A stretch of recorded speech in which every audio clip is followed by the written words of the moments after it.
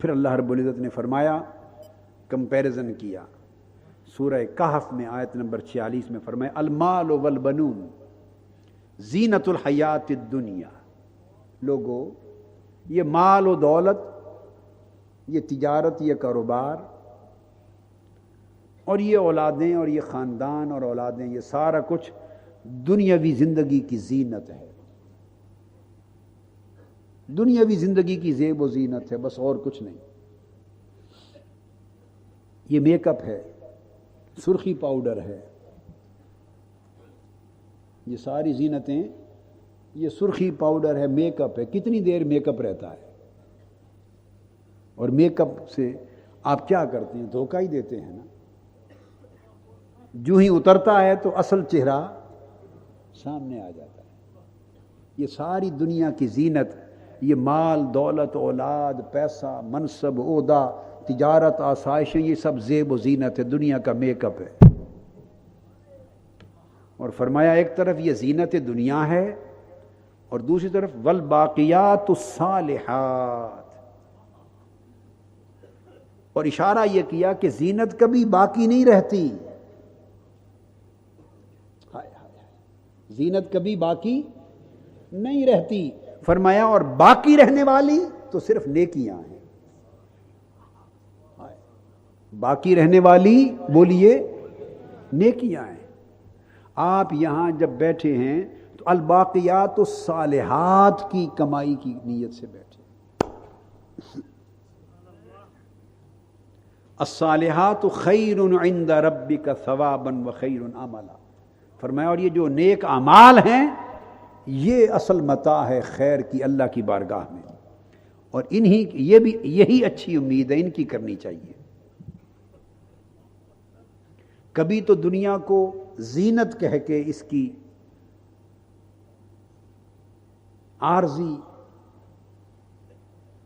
Position ہے، اس کی فانی ہونے کی پوزیشن ہے، اس کو اجاگر کیا. کہیں دھوکہ، متاع الغرور کہہ کر میں نے تفصیل بیان کی تھی، 5 نقطے بیان کیے تھے کہ یہ لہو و لعب ہے، زینت ہے، تفاخر ہے، تکاثر ہے. اور ایک اور بات کہیں کی کہ ہماری آنکھوں پر اس دنیا کی وجہ سے پردہ پڑ گیا ہے، پردہ پڑ گیا ہے. اور ہم کیا کہتے ہیں؟ بولیاں مختلف ہیں. ہماری بولیاں اور مالک کی بولیوں میں بڑا فرق ہے. ہم میں سے کوئی فوت ہو جائے تو کہتے ہیں پردہ فرما گئے.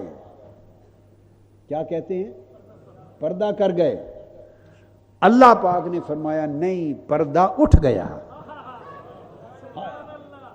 موت پردہ ڈالتی نہیں ہے، پردہ اٹھا دیتی ہے.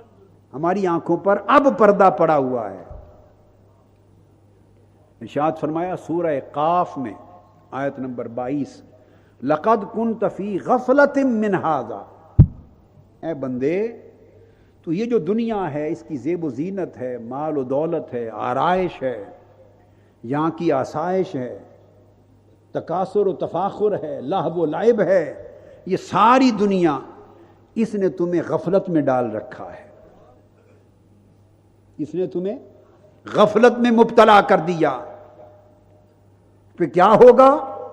جس لمحہ موت آئے گی اور تمہاری آخرت کا سفر شروع ہوگا، فَكَشَفْنَا عَنْكَ غِطَاءَكَ.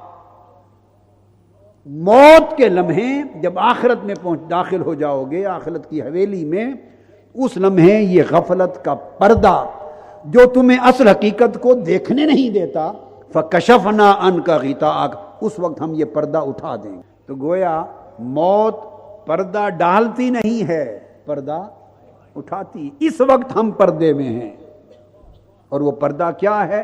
غفلت کا پردہ ہے یا دھوکے کا پردہ ہے. دھوکے کا پردہ ہے یا کفار کو دھوکے کا پردہ ہے. اور مسلمانوں کو دھوکے کا بھی قلیل ہے مگر غفلت کا پردہ ہے. جو عقیدہ ایمان رکھتے ہیں وہ غفلت کے پردے میں ہیں. تو قرآن مجید نے یہاں دھوکہ بھی کہا اور اس جگہ پر غفلت کو پردہ کہا. لقد كنت في غفلة من هذا، یہ غفلت کا پردہ پڑا ہوا ہے.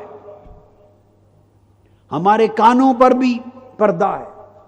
ختم اللہ علی قلوبہم وعلی سمعہم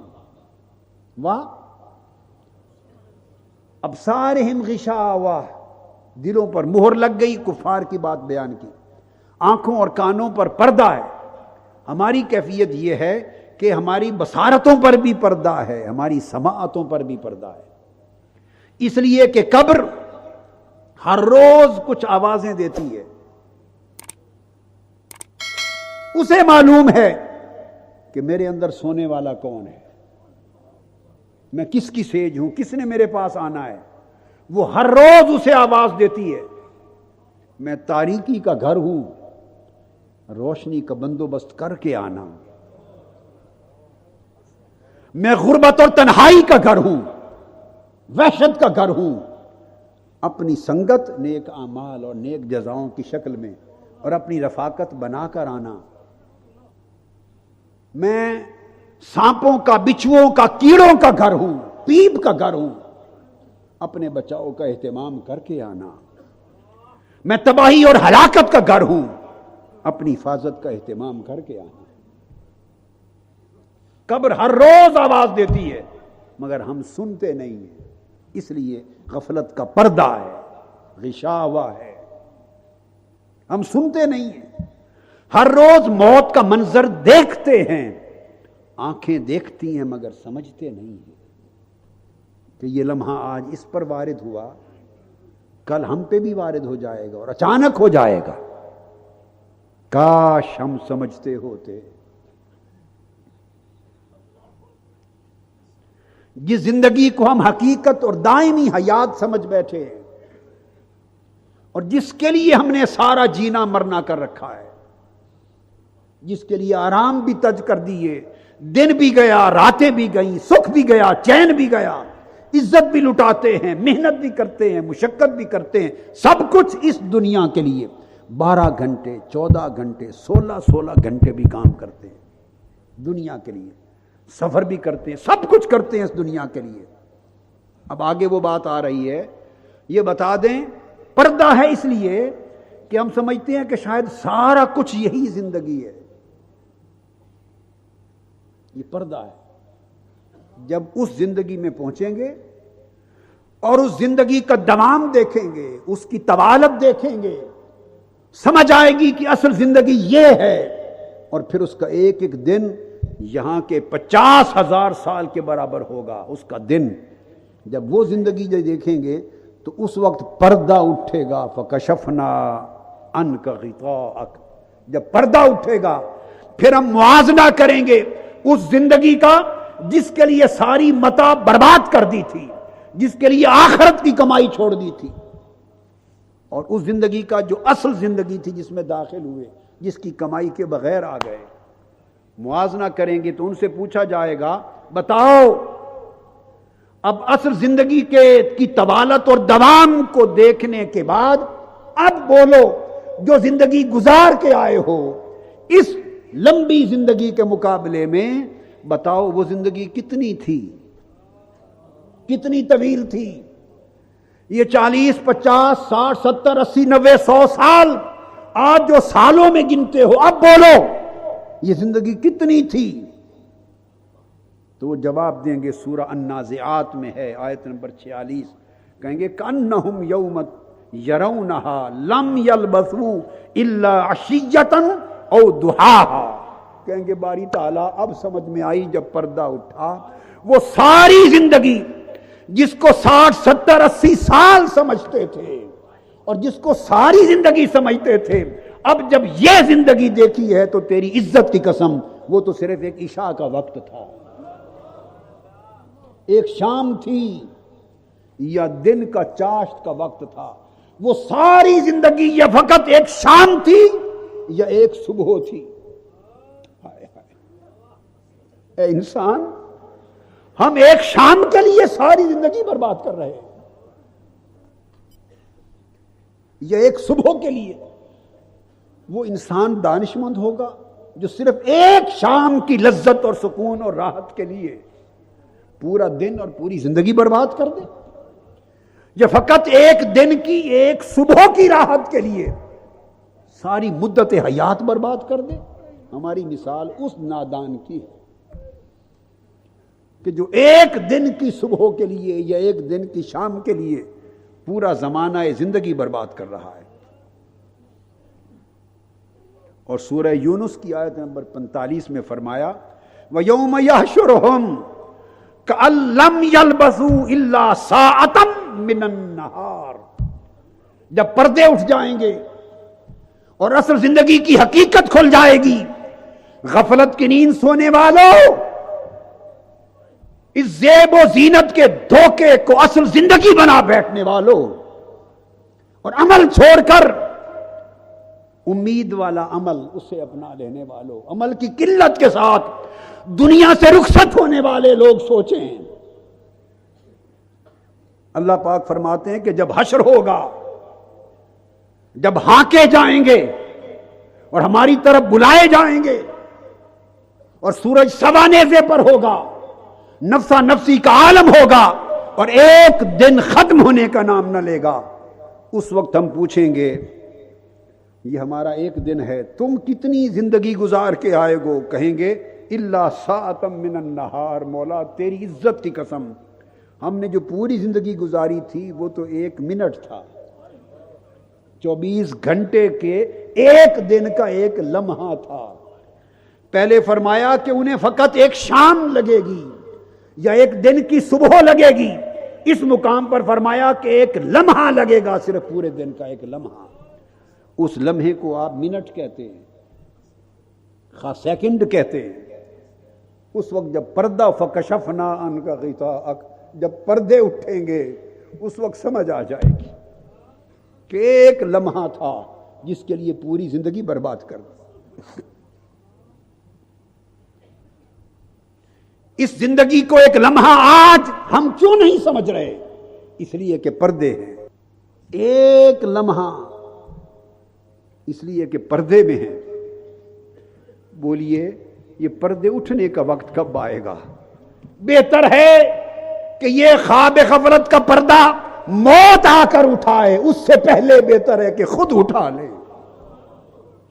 اگر ہم غفلت میں رہے اور موت نے پردہ اٹھایا تو لوگوں پھر کوئی سودا نہیں رہے گا، پھر کچھ ہاتھ نہیں آئے گا. اگر موت حالت غفلت میں آئی اور وہی پردہ موت نے اٹھایا پھر کچھ نہیں ہوگا. پچھتاوے کے سوا بہتر ہے اس موت کے پردے اٹھانے سے پہلے ہم خود پردہ اٹھا لیں. اور آپ کو اس لیے بلاتے ہیں کہ کوشش کریں کہ پردہ اٹھ جائے، پردہ اٹھ جائے.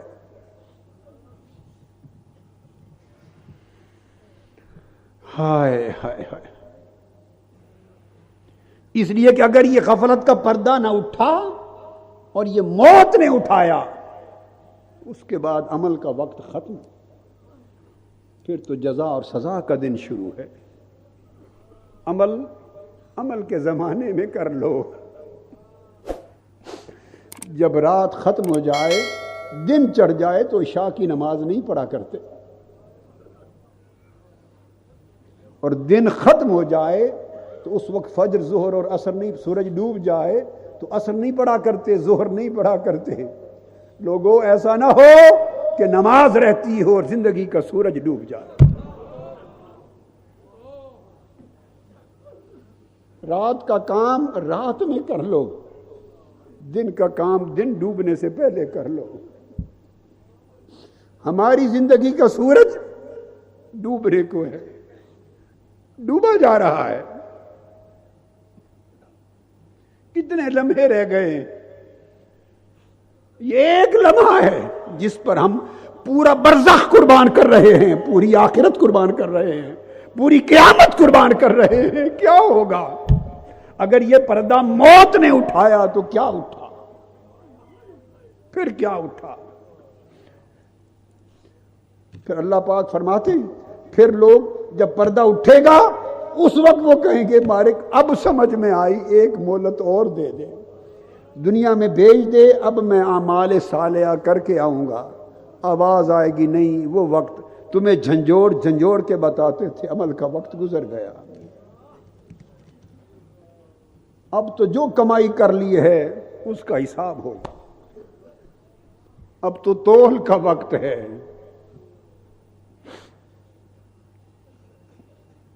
اور قبر جو ابتدا ہے اس قیامت کی، اس یوم الدین کی، اس یوم جزا و سزا کی، اس یوم عذاب و ثواب کی پہلا مرحلہ ہے۔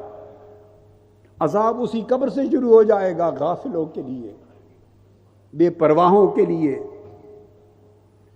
تو آقا علیہ السلام نے فرمایا، حضرت انس بن مالک اور حضرت عبداللہ ابن مسعود رضی اللہ تعالیٰ عنہ روایت کرتے، آپ نے فرمایا کہ پھر اسی حال میں موت نے اگر پردہ اٹھایا تو پھر قبر میں جائیں گے، پھر سوائے عذاب کے کچھ نہیں ملے گا۔